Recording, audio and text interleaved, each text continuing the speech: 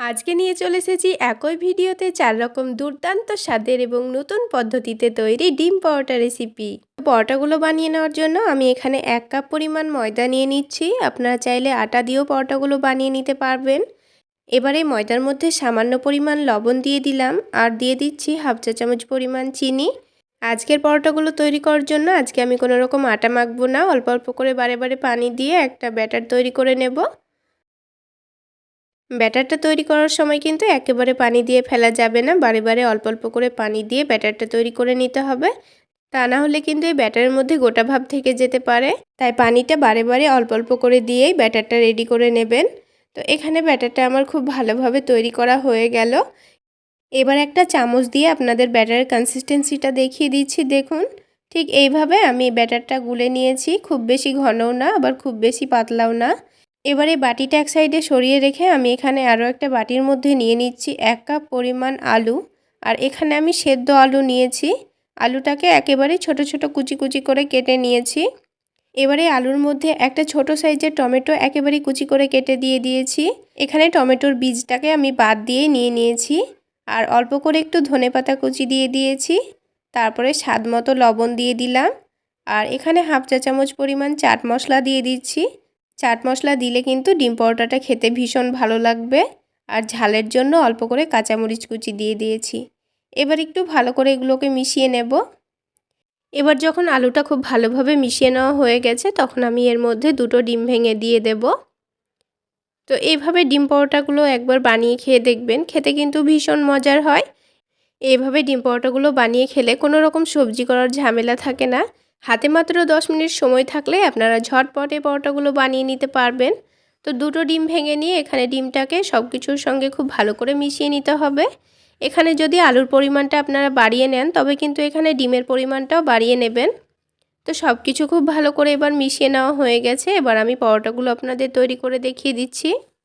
এবার পরোটাগুলো তৈরি করার জন্য প্যানের মধ্যে অল্প একটু তেল মুছে নিচ্ছি। এখানে কাপড়ের মধ্যে অল্প করে একটু তেল নিয়ে আমি প্যানটা খুব ভালো করে মুছে নিয়েছি।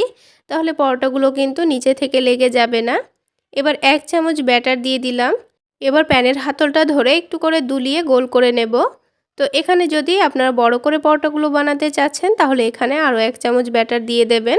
তাহলেই পরোটাটা অনেকটাই বড় হয়ে যাবে। তো এবার আমি ঢাকনা দিয়ে ঢেকে এটাকে 2 মিনিটের জন্য লো আঁচে রেখে দেব। তো 2 মিনিট পর এবার ঢাকনাটা উঠিয়ে নিলাম। আর দেখুন, ওপরের দিকটা কিন্তু খুব ভালোভাবে শুকিয়ে গেছে। এবারে আলু ডিমের মিশ্রণটা আমি এখানে এই পরোটার ওপর অল্প অল্প করে চারিদিকে ছড়িয়ে দিচ্ছি। এখানে যতটা পরিমাণ ডিম আলুর মিশ্রণ লাগবে ততটা পরিমাণ দিয়ে দেবেন। তো খুব ভালো করে চারিদিকে ছড়িয়ে দেওয়া হয়ে গেছে। এবার আমি চারিদিকে অল্প করে একটু সয়াবিন তেল দিয়ে দিচ্ছি। এবার আমি এটাকে ঢাকনা দিয়ে ঢেকে আবারও 2 মিনিট লো আঁচে রেখে দেব। তাহলে ডিমটার সঙ্গে আলুটা খুব ভালোভাবে সেট হয়ে যাবে। উল্টে দেওয়ার সময় কিন্তু আলুগুলো খুলে যাবে না। তো এবার খুব ভালোভাবে দেখুন সেট হয়ে গেছে। এবার আমি উল্টে অপর দিকটা খুব ভালোভাবে ভেজে নেব। তো এবার একটু উল্টে পাল্টে খুব সুন্দর একটা কালার আসা পর্যন্ত আমি ভেজে নিয়েছি। আর দেখুন এই ডিম পরোটার কালারটা কত সুন্দর এসছে। তো বন্ধুরা, একবার হলো এইভাবে ডিম পরোটাগুলো বানিয়ে খেয়ে দেখবেন, খেতে কিন্তু ভীষণ মজার হয়। তো একটা কিন্তু ডিম পরোটা আমাদের তৈরি করা হয়ে গেল। তো আপনাদের বোঝার সুবিধার্থে আরও একটা ডিম পরোটা আপনাদের তৈরি করে দেখিয়ে দিচ্ছি। এবার কিন্তু তেল দিয়ে আর প্যানটা মোছার কোনো দরকার নেই, কারণ এই প্যানের মধ্যে অলরেডি অল্প অল্প তেল লেগে আছে। তো এবার আমি 1 চামচ ব্যাটার দিয়ে প্যানের হাতলটা ধরে খুব ভালো করে এটাকে দুলিয়ে দিচ্ছি, তাহলে এটা খুব সুন্দর গোল হয়ে যাবে। তো এবার আমাদের এই পরোটাটা ঢেকে দিতে হবে আর লো আঁচে 2 মিনিট এভাবে রেখে দেব। তাহলে ওপরের দিকটা খুব ভালোভাবে শুকিয়ে যাবে। তো দেখুন, ওপরের দিকটা খুব সুন্দরভাবে টেনে গেছে। এবারে ওপরটাতে আমি ডিম আলুর মিশ্রণটা দিয়ে দেব। তো এখানে পরিমাণ মতো ডিম আলুর মিশ্রণটা দিয়ে দিতে হবে।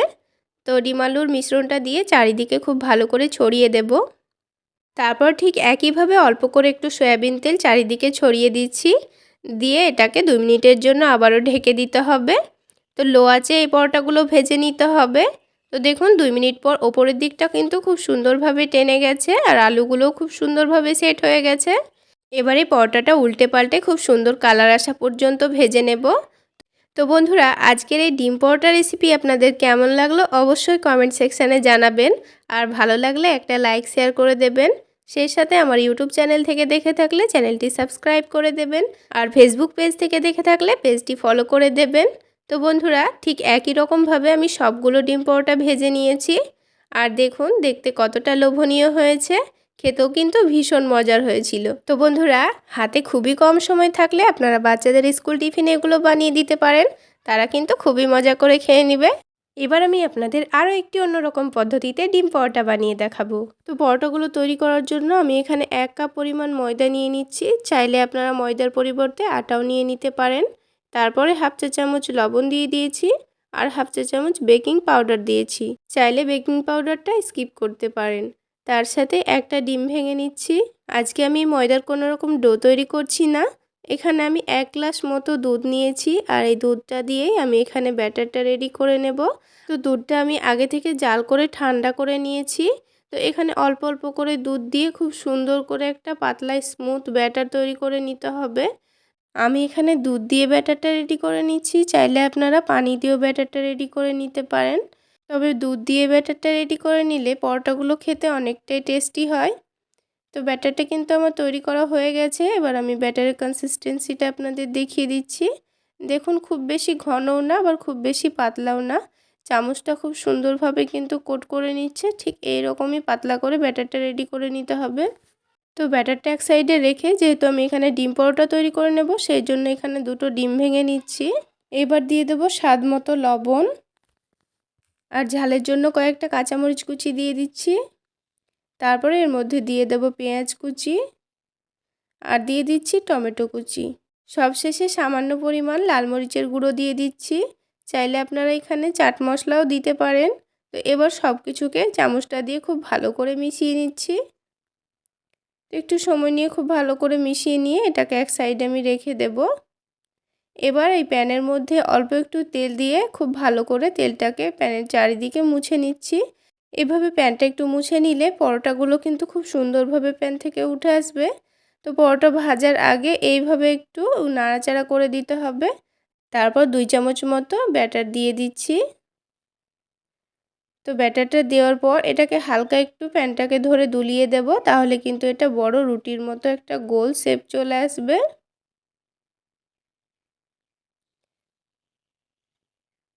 তো আপনারা দেখে নিশ্চয়ই বুঝতে পারছেন এটা কিন্তু খুব সুন্দরভাবে গোল হয়ে গেছে।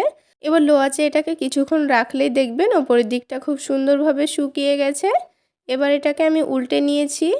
তো আবারও কিছুক্ষণ একটু সময় নিয়ে দেখতে হবে। তারপরে নিচের দিকটাও যখন হয়ে যাবে, তখন এই ডিমের মিশ্রণটা আমি এখানে 1 চামচ থেকে 1.5 চামচ মতো দিয়ে চারিদিকে খুব সুন্দর করে ছড়িয়ে দেব।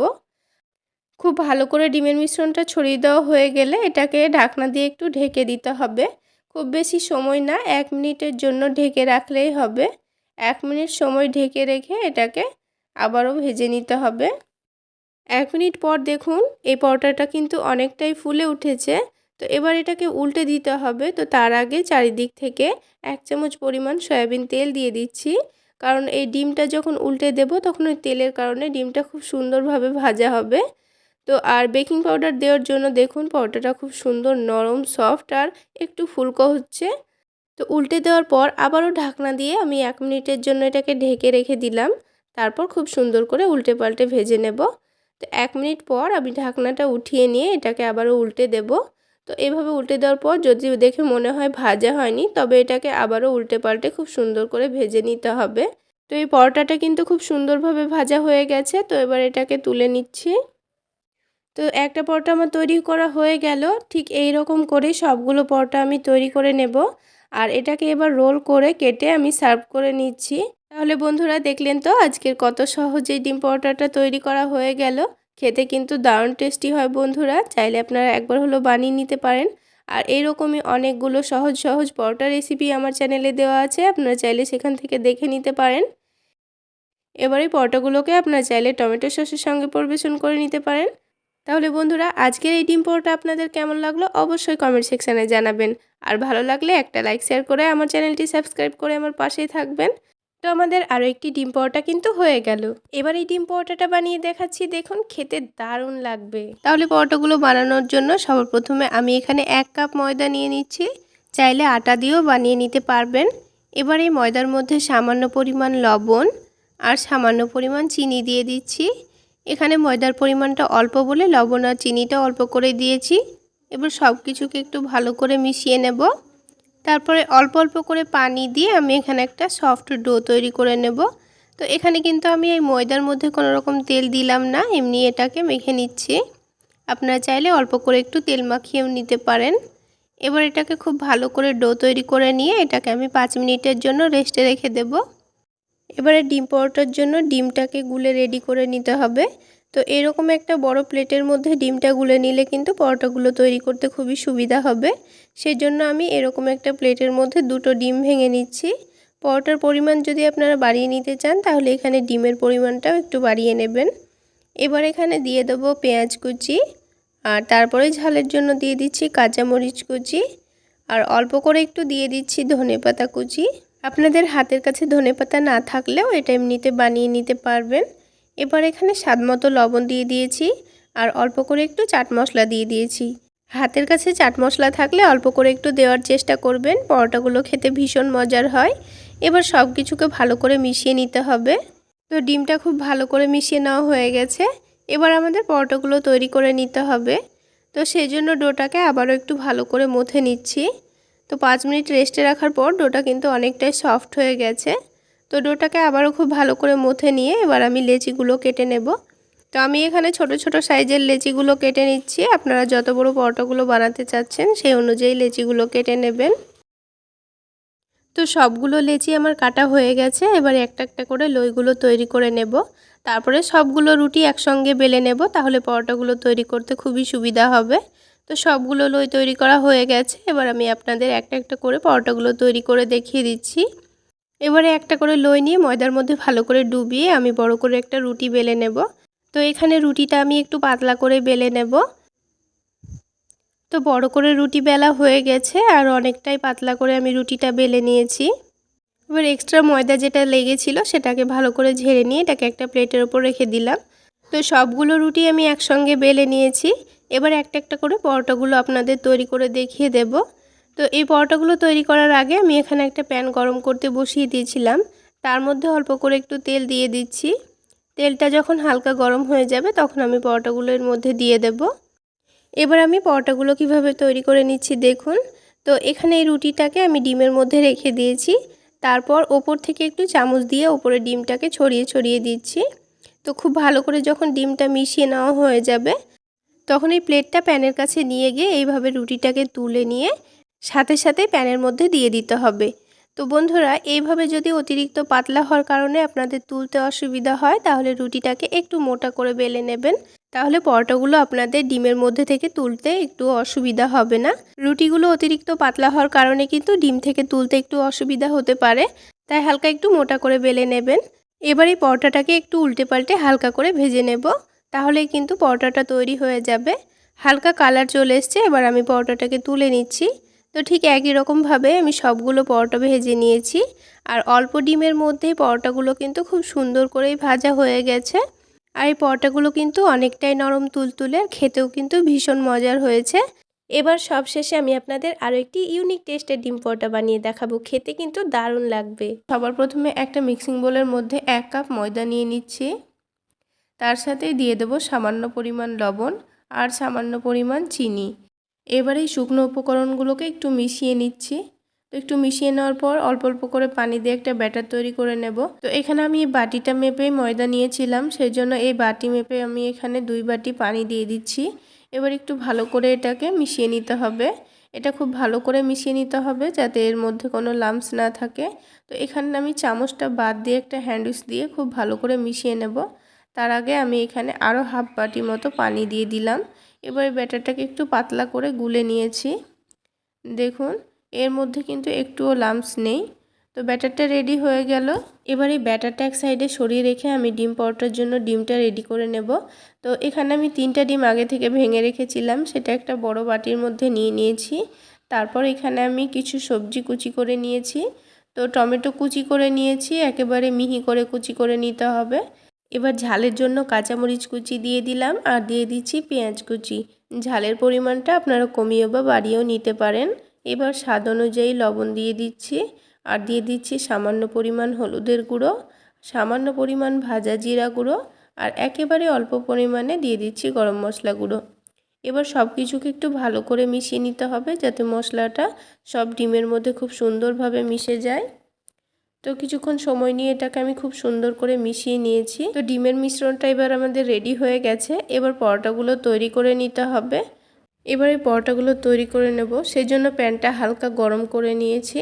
তারপরে 2 চামচ ব্যাটার এই প্যানের মধ্যে দিয়ে দিলাম। এবার যখন ওপরের দিকটা ভালোভাবে শুকিয়ে আসবে তখনই এটাকে উল্টে দেব।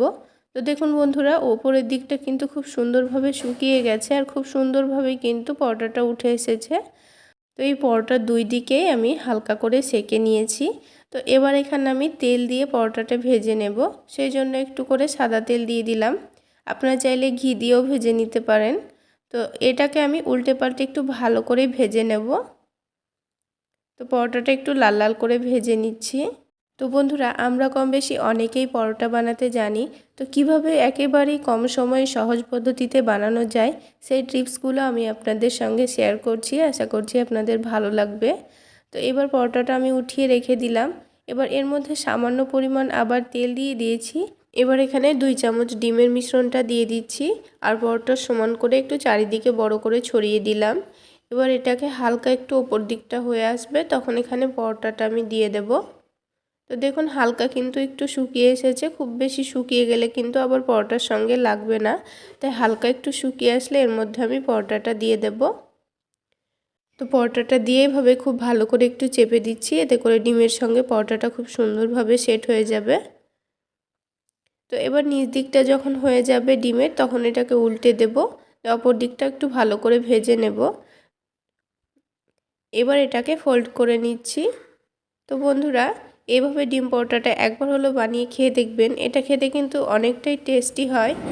তো বন্ধুরা, দেখলেন তো কত সহজে পরোটাগুলো তৈরি করা হয়ে গেল। এই পরোটাগুলোকে এবার কেটে সার্ভ করে নিচ্ছি। তো বন্ধুরা, হাতে একেবারেই কম সময় থাকলে আপনারা ঝটপট এভাবে পরোটাগুলো বানিয়ে নিতে পারেন। তাহলে বন্ধুরা, আজকে এই পর্যন্তই। সকলে অনেক বেশি ভালো থাকবেন, সুস্থ থাকবেন। দেখা হচ্ছে আরও একটি নতুন রেসিপি নিয়ে নেক্সট এপিসোডে।